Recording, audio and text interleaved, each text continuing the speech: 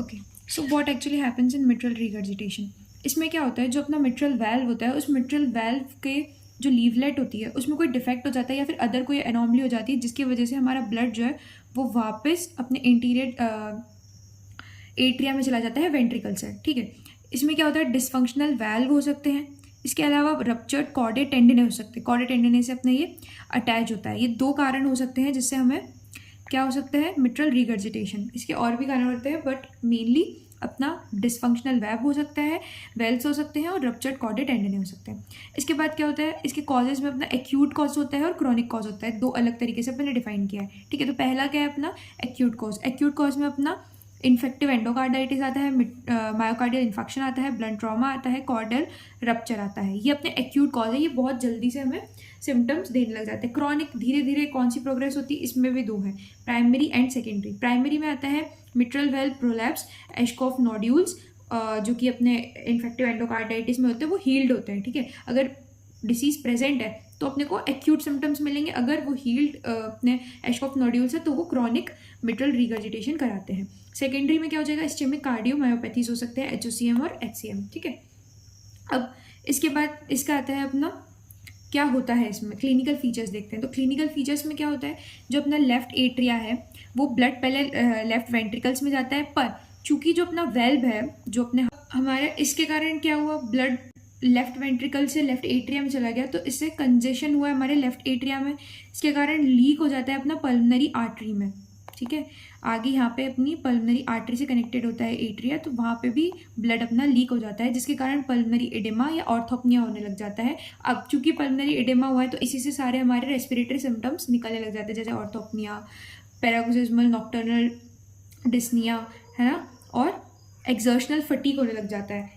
अपने को जैसे ही अपन काम करते हैं तो अपने को फटीगनेस फील होने लग जाती है। एंकल एडेमा भी अपने को इसी वजह से मिलता है। अब एग्जामिनेशन में हमें क्या क्या मिलेगा, JVP जो है वो बढ़ा हुआ मिलेगा। ठीक है, जुगुलर वीनस प्रेशर में बढ़ा हुआ मिलेगा। BP जो होगा वो नॉर्मल या कम हो सकता है, BP में ज़्यादा चेंजेस नहीं मिलेंगे। थ्रिल एपेक्स मिलता है, हमें क्या मिलता है, थ्रिल एपेक्स मिलता है। ठीक है, थ्रिल एपेक्स मिलता है और लेफ्ट वेंट्रिकुलर फेलियर की वजह से हमें थ्रिल एपेक्स साउंड सुनने को मिलता है। इसके बाद है अपना ऑस्कल्टेशन। ऑस्कल्टेशन में S1 जो होता है वो सॉफ्ट होगा। ठीक है, और जो अपना A2 P2 मतलब कि जो अपना H2 है उसमें क्या होगा, वाइड वेरिएबल स्प्लिट मिलेगा। ऐसा क्यों मिलेगा, क्योंकि देखिए जो अपना हार्ट के जो दो अपने वेल्व्स हैं, ये आयोटिक और ये पल्मनरी, तो जो आयोटिक है वो तो नॉर्मल है तो वो तो क्लोज हो जाएगा, उससे कोई ब्लड वहाँ से नहीं जाएगा। बट जो अपना पल्मनरी वेल्व है उससे ब्लड हमारा वापस जा रहा है तो उससे क्लोज होने में टाइम लगेगा। ठीक है, तो P2 जो है वो थोड़ी देर से आएगा अपने नॉर्मल टाइम से, तो इसीलिए क्या हो जाएगा, अपना A2 P2 में वाइड वेरिएबल स्प्लिट होता है।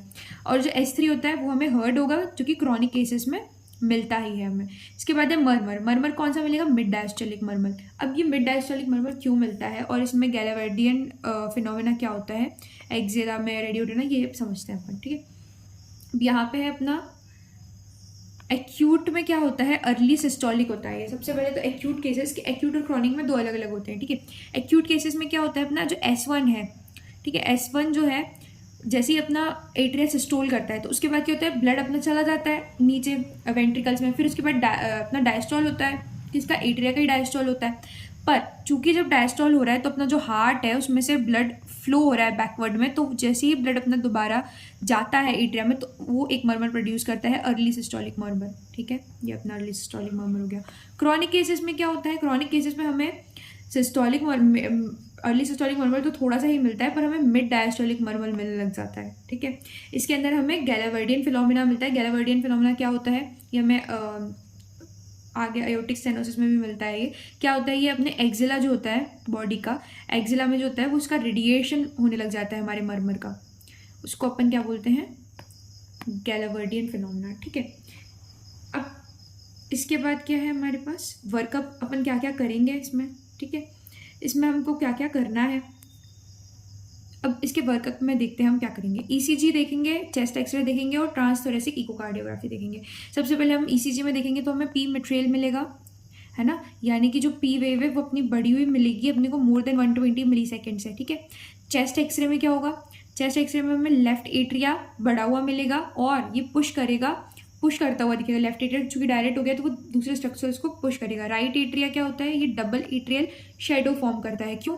क्योंकि ये जो हमारा वेल्व है वो यहाँ से इसको पुश करता है और यहाँ पे हमको डबल वॉल शेडो मिलती है राइट एट्रिया की, ठीक है। वॉकिंग मैन साइन भी हमको मिलेगा। वॉकिंग मैन साइन में होता क्या है, इसमें हमें कैरोटिड जो हमारी आर्टरी की पल्सेशंस हैं वो हमें बहुत ज़्यादा वॉल्यूम में, स्ट्रोक वॉल्यूम में मिलने लग जाती हैं। क्यों? क्योंकि हमारा स्ट्रोक वॉल्यूम जो होता है वो बढ़ जाता है और रैपिड रन ऑफ होता है, ठीक है। इसके बाद ट्रांसथोरेसिक इकोकार्डियोग्राफी होती है। इसमें जेट ऑफ ब्लड फ्रॉम हमें दिखता है एलवी से एलए में आता हुआ, ठीक है। ट्रीटमेंट में अपन वही एक्यूट केस है और क्रॉनिक केस है तो अलग अलग रहता है इनके प्रोटोकॉल्स, ठीक है। एक्यूट केस में हम फ्यूरेसेमाइड देते हैं, सोडियम नाइट्रोप्रोसाइड देते हैं।